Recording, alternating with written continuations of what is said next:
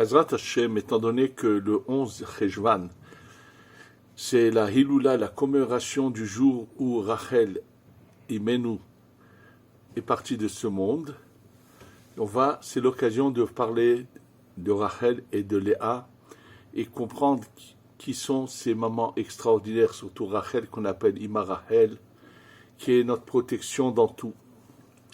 Et là, je voudrais d'abord commencer par cette petite fait qui s'est passé après la Shoah.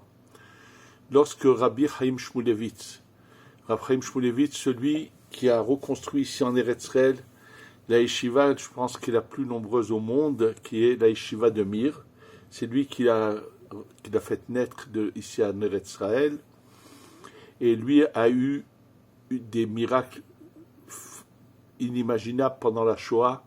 Il a à chaque fois pu échapper aux Allemands. Il est arrivé jusqu'en Chine où tous les jours il a continué à enseigner à ses élèves la Torah. C'était à chaque fois des choses vraiment miraculeuses.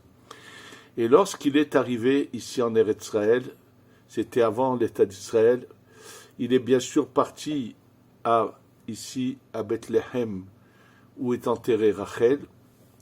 Et lorsqu'il est rentré devant sa tombe, il a prononcé les mots suivants. C'est marqué dans le Tanakh, dans le Nar, c'est marqué que à l'époque du roi Ménaché, qui avait fait rentrer de l'idolâtrie dans le Beth Amikdash, ça avait provoqué le courroux et la colère d'Hachem qui allait faire une hécatombe dans le peuple d'Israël. Et lorsque Abraham, Yitzhak et Yaakov sont allés le supplier, aussi bien Sarah que Rivka, Léa, tout le monde a parlé à Kadosh Baruch Hu, impossible de changer son décret. Et là, Rachel est venue et a dit, Ribono Shel Olam, elle s'est mise à pleurer devant Kadosh Baruch Hu, bien sûr elle était déjà là-haut, et elle lui a dit, Ribono Shel Olam, qui a plus de miséricorde, toi ou moi? Moi j'ai fait rentrer ma sœur, qui était donc ma concubine, à ma place, et je lui ai même, pour pas qu'elle ait honte, je lui ai même transmis les secrets de Yaakov. Je vais tout ça expliquer tout de suite en détail. Et toi, parce qu'on a rentré une idolâtrie dans le Beth Amikdash, tu ne veux pas pardonner. Et là, Kadosh Baruch Hu a répondu Rachel, min'i koler mi bechi v'ener min dim'a, arrête de pleurer. Il lui a demandé d'arrêter de pleurer et qu'il allait écouter ses prières. Et donc le peuple d'Israël a été sauvé. Et donc c'est ce qui est marqué dans la Gemara et le Midrash nous parle de ça. Et là, lorsque Rabbi Chaim Shmulevitz est rentré dans le tombe de Rachel après la Shoah, il lui a dit, Rachel, c'est vrai que Hachem t'a demandé d'arrêter de pleurer, mais moi je vais te demander de continuer à pleurer jusqu'à que le peuple d'Israël soit totalement délivré. Surtout qu'il venait de se passer cet événement terrible qui a été la Shoah. Alors bien sûr, ça c'était pas ça que je voulais commencer ce sujet, mais on va rentrer dans le vif du sujet, essayer de comprendre qui étaient ces deux sœurs qui finalement vont donner naissance à tout le peuple d'Israël, puisque c'est par elles que vont sortir les 12 tribus, et donc tout le peuple d'Israël va venir d'elles.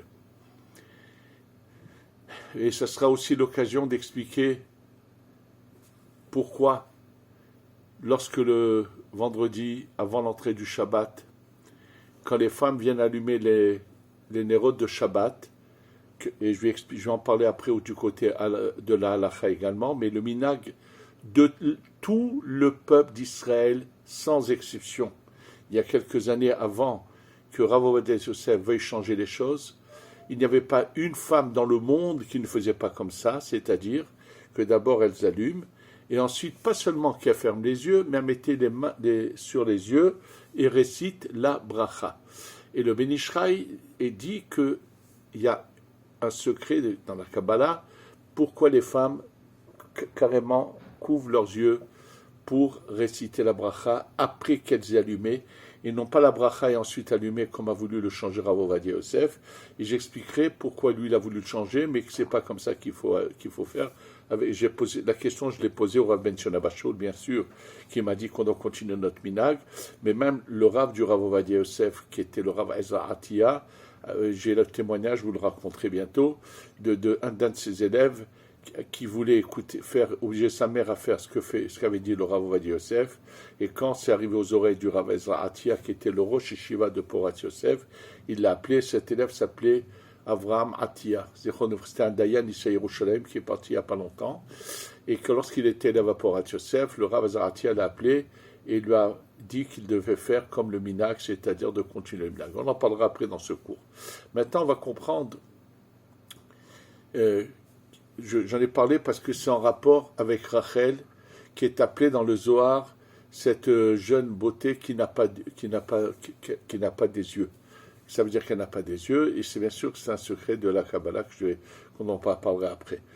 Ce qu'il faut savoir, c'est la question qui a été posée au Ben Ishraï, qu'il écrit dans son livre Sod Yesharim, dans la question numéro 7, dans le Sod Yesharim du Ben Ishraï.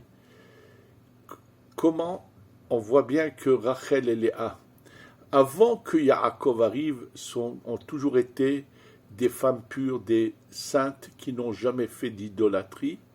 Il y a des preuves à tout cela que Léa avait le roi HaKodesh, on le voit dans Masechet Brachot par rapport au prénom Yehuda.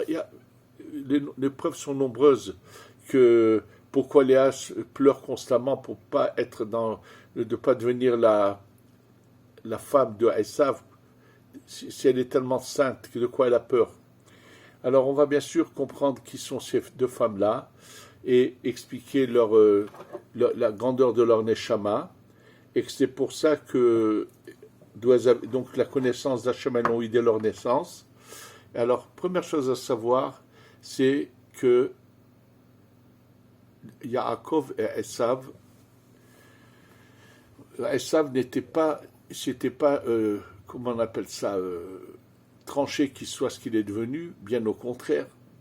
Dans le Sha'ar HaGilgulim, dans le 29e chapitre, dit le Harizal que si Esav avait su choisir la bonne voie, lui, avec sa destinée qui était Léa réellement, serait devenu la Chochma et la Bina d'une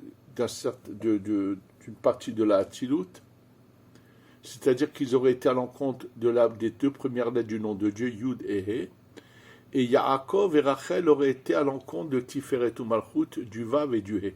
C'est-à-dire que si Esav avait su prendre la bonne voie, il aurait dépassé de loin son frère. Et en fait, pourquoi? Qu'est-ce que c'est? En fait, il faut savoir, on parle de Adam Arishon, il a plusieurs niveaux, bien sûr, et il y a celui qui le jalouse quelque part, qui est cet ange, qui s'appelle Samerhem Aleph Lamed, et Adam, il a deux Chava. Je pense que j'en ai souvent eu l'occasion d'en parler, des deux Chava, il y a eu des cours là-dessus, et elles reviennent en Gilgoul. La première revient en Gilgoul chez Léa, et la deuxième revient en Gilgoul chez Rachel. Donc dès leur naissance, ce sont des grandes neshamot. Et là, dans ce Gilgoul-là, Léa répare totalement la première Chava qui a mal agi avant la faute, lorsque Adam Arishon est au Gan Eden et qu'elle décide d'aller à son encontre. Bref, et Léa va totalement réparer cette Chava. Et bien sûr, Rachel, qui est à l'encontre de la deuxième Chava, elle va avoir une vie très particulière et combien de souffrances. Et lorsqu'elle quitte ce monde, sa neshama monte là-haut et devient un peu quelque part le vêtement de la Shekhinah. Et c'est pour ça que dans la Kabbalah, vous verrez dans ceux qui lisent ces textes, que lorsqu'on parle de la Shekhinah, on l'appelle Rachel. Il y a aussi une Léa, mais il y a surtout Rachel dont on parle au niveau de la Kabbalah.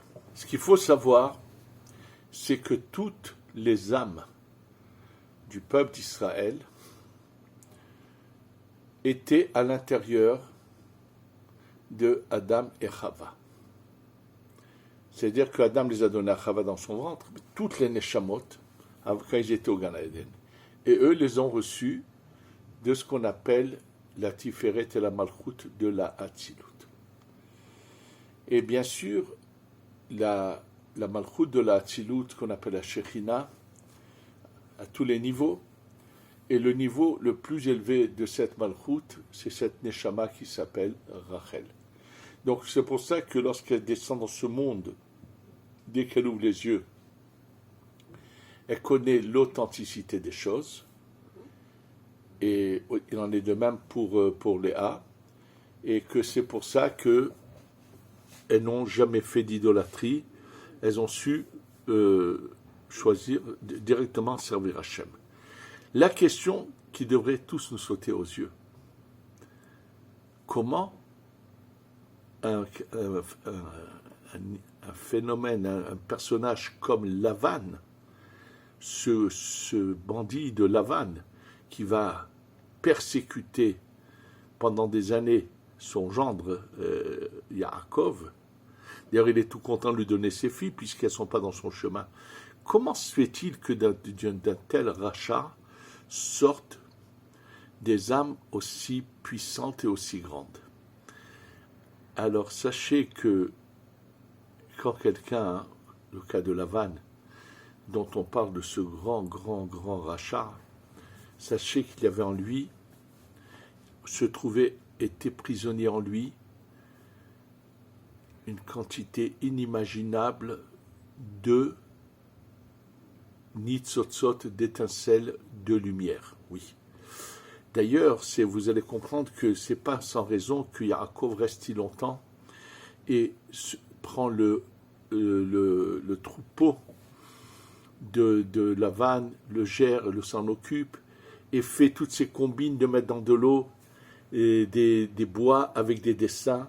Et on nous parle là-bas quels sont les dessins? Akudim, Nekudim, et bien Evrudim aussi.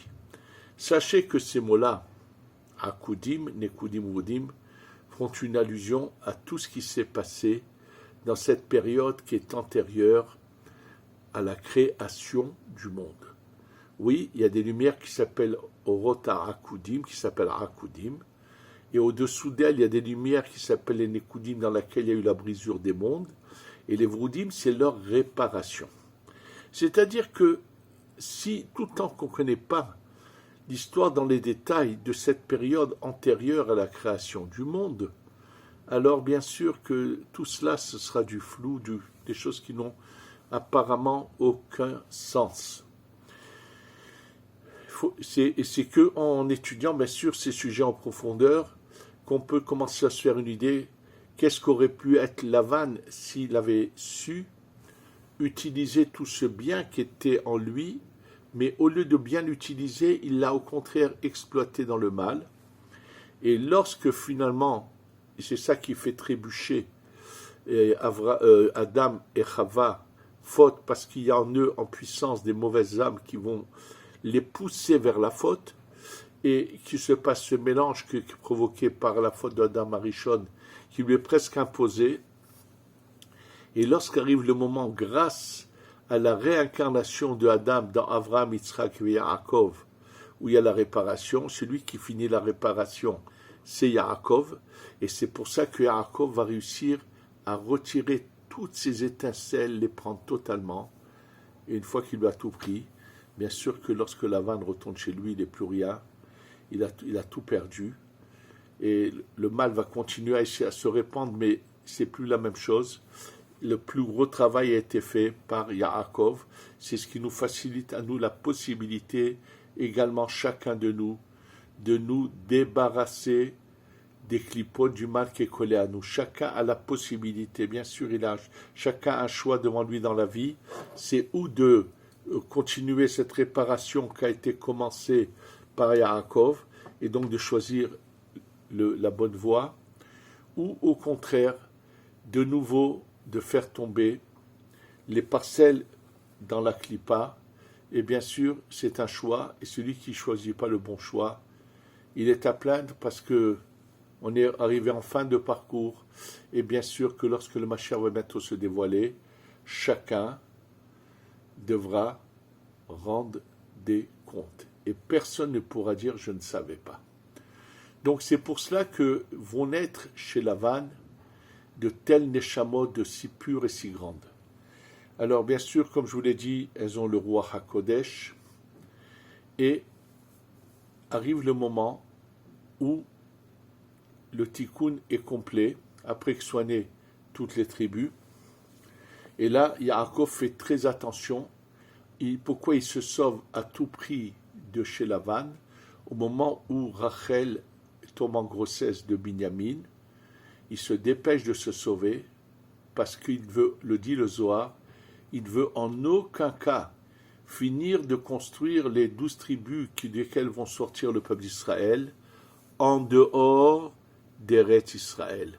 Et c'est pour ça qu'il se sauve pour que Rachel puisse accoucher en Eretz Israël. Et une fois qu'elle a accompli, qu'est né Binyamin, et donc toutes les Neshamot qui étaient dans la Shekhinah sont rentrées dans ces tribus en puissance, à ce moment-là, Rachel quitte ce monde et elle est en plein sur le chemin.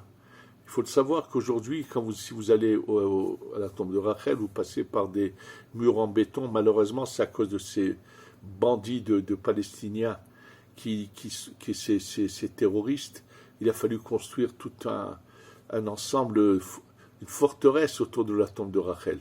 Mais avant que cette forteresse soit construite, je me souviens qu'on allait à la tombe de Rachel Imenu, c'était comme on allait sur la route qui va à Bethléem en tout droit, en sortant de Jérusalem, et sur notre droite, il y avait l'endroit où a été enterré Rachel Imenu. Alors bien sûr, Rachel est appelée, au niveau de la Shekhinah, il y a le monde caché, le monde dévoilé. Alors bien sûr, Rachel est appelé le monde qui est Galoui, qui est dévoilé, alors que Léa, c'est un monde qui est caché, c'est une malchoute bien plus haute qui est cachée, alors que Rachel est appelée celle qui est dévoilée. Et elle est exprès sur le chemin, et c'est elle qui se bat là-haut constamment pour protéger ses enfants, le Ham Israël. Et elle l'a fait combien de fois? Il y a eu des choses vraiment qui se sont passées, des miracles, je ne vais pas m'intervenir là-dessus, où ils ont eu dans les combats, ils ont vu une femme et ils ont su que c'était Rachel qui était venue en personne les délivrer. Bref, il y a eu énormément de témoignages là-dessus.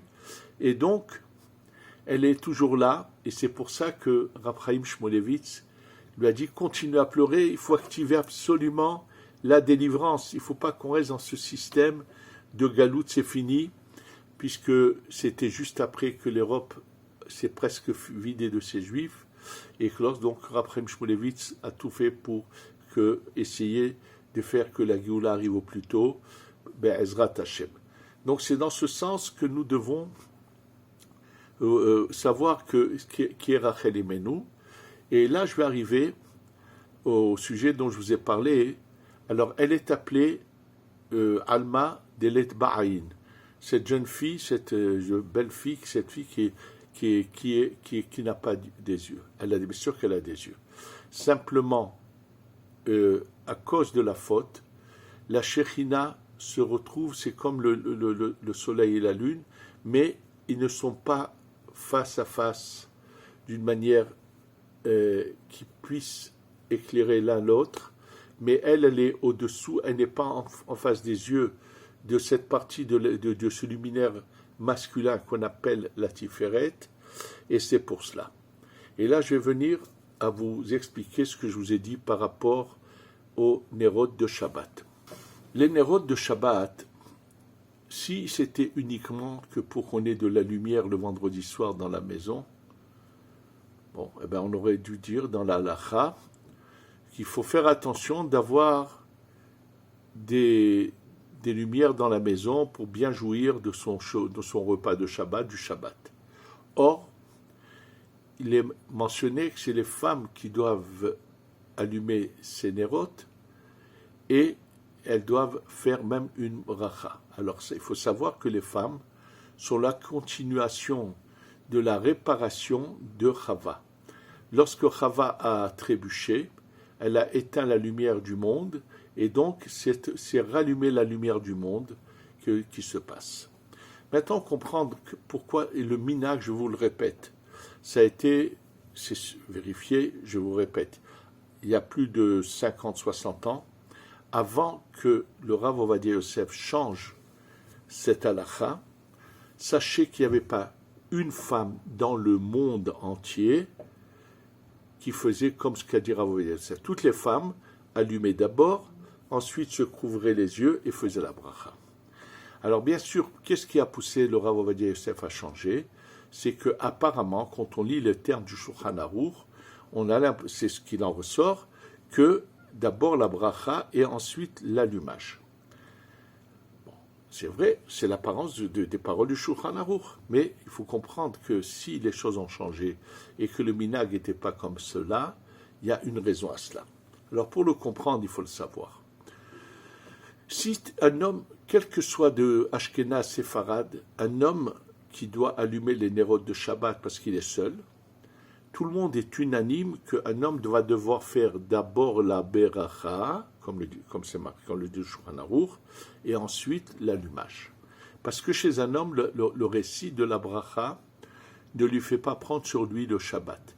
L'allumage l'engage au Shabbat, mais pas les paroles de la bracha. Parce que quelles sont les paroles qui vont lui faire recevoir le Shabbat?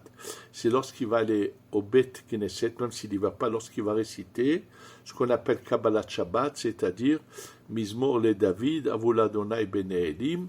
Lorsqu'il va réciter ce psaume qui est à l'entrée du Shabbat, c'est par ces mots-là que l'homme reçoit le Shabbat. Il y a quelques siècles, les femmes également connaissaient par cœur, récitaient toutes ce psaume qu'on récite à l'entrée du Shabbat. Donc les femmes étaient comme les hommes et elles récitent. Donc les paroles qui leur faisaient recevoir le Shabbat étaient là ce psaume.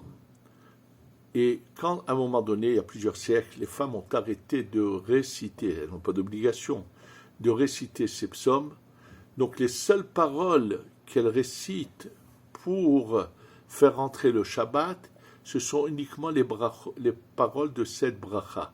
Et c'est à ce moment-là que ça s'est répandu qu'il fallait que les femmes allument d'abord et ensuite récitent la bracha. Parce que si elles récitent la bracha, elles ont prononcé des paroles qui vont leur faire entrer le Shabbat, et dans ce cas-là, elles ne peuvent plus allumer. Et c'est pour ça que c'était répandu partout.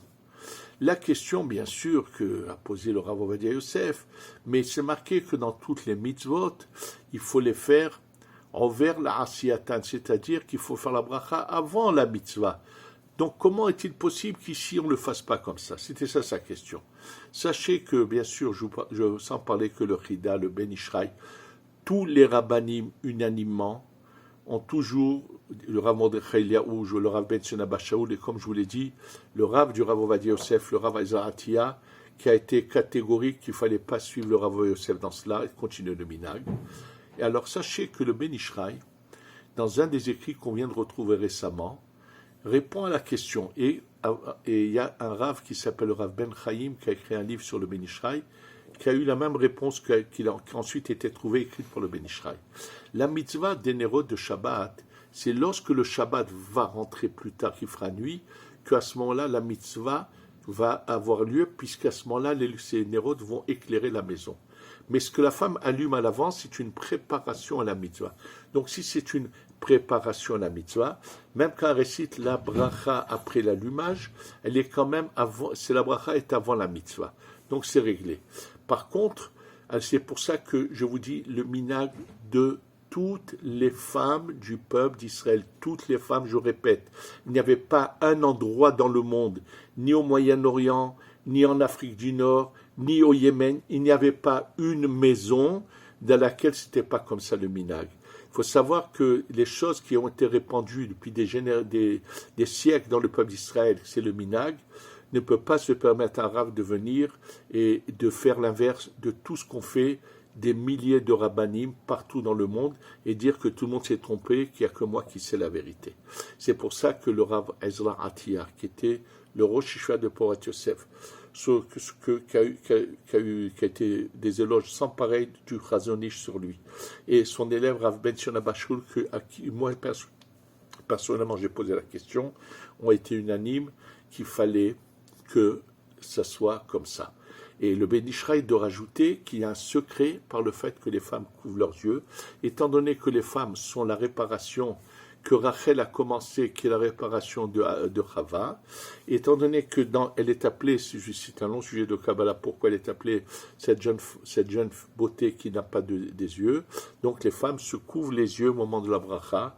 Et si le Ben Ishra dit qu'il y a un secret là-dedans, c'est comme ça qu'il faut faire, continuer le mina qu'il y avait dans le Ham Israël pendant toutes les générations, depuis des générations et des générations, et c'était pas normal de changer ce minag, et revenez à cela, et que les femmes sachent que lorsqu'elles font comme cela, elles participent pleinement à la réparation de cette lumière qui avait été éteinte, qui va rejaillir, et qui va être totalement réparée bientôt avec la venue du Mashiach, qui va nous délivrer. Et là, c'est Rachel qu'on va supplier, puisque lundi soir, 11 Rejvan, c'est ça, Iloula, on va tous allumer une bougie pour Rachel Imenu et lui demander d'aller pleurer devant Akadosh Baruch Hu pour qu'on soit enfin délivré totalement de nos souffrances avec la venue du Mashiach et le Beth Amikdash qui descend. Je connais la Géoula, enfin qu'Hachem extermine tous nos ennemis. Et je vous le rappelle, de la même manière que Akadosh Baruch Hu, vous pouvez le voir il y a quelques mois en arrière, j'avais fait un cours où j'avais dit la fin de Joe Biden, et c'est ce qui s'est passé, lui et sa complice ont été éjectés. Sachez que ce sera bientôt le tour de celui qui dirige la France aujourd'hui, et tous ceux qui veulent essayer de justifier les actes barbares de nos ennemis, leur fin est proche, et que bientôt la justice et la vérité vont jaillir, et qu'on aura la Géoula Shlema, Bekarov, Bisrut Rachel Imenu, Amen ve Amen.